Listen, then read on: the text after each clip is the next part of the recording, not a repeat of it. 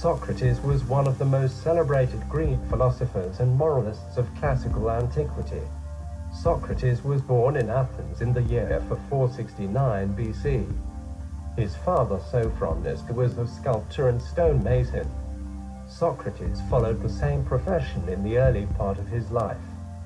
His family was respectable but humble means.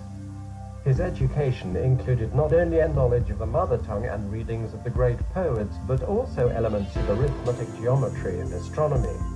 He served as a heavy-armed foot soldier of the siege of Potidaea at the Battle of Delian and in Amphipolis. Somewhere near the middle period of his life, he relinquished his profession and dedicated himself to the career that made him famous. Socrates himself wrote nothing.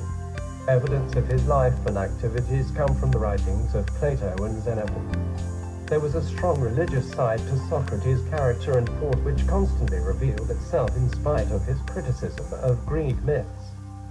His words and actions in the Apology, Crypto, Phaedo, and the Symposium reveal a deep respect for Athenian religious customs and a sincere regard for divinity. Socrates was famous for his method of debate.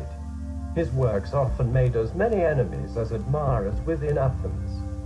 Thus, the Socratic method was born. The Socratic method is a form of inquiry and debate between individuals with opposing viewpoints. It begins with asking and answering questions in order to provoke critical thinking and to bring forth fresh ideas.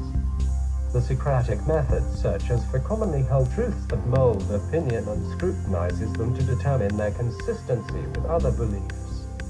Socrates lived during the time of transition from the height of the Athenian reign to its decline with the defeat by Sparta and its allies in the Peloponnesian War. Socrates was charged with impiety, of being unreligious, and with corrupting the youth of the city. He was convicted and sentenced to death. Plato's Crito tells of Crito's attempts to persuade Socrates to flee the prison. But Socrates, in a dialogue between himself and the laws of Athens, reveals his devotion to the city and his obligation to obey its laws even if they lead to his death. He also believed that fleeing would indicate a certain fear of death. Socrates felt no true philosopher should have such a fear. Socrates drank the poison he was given and died soon after. Socrates was the most colorful figure in the history of ancient philosophy.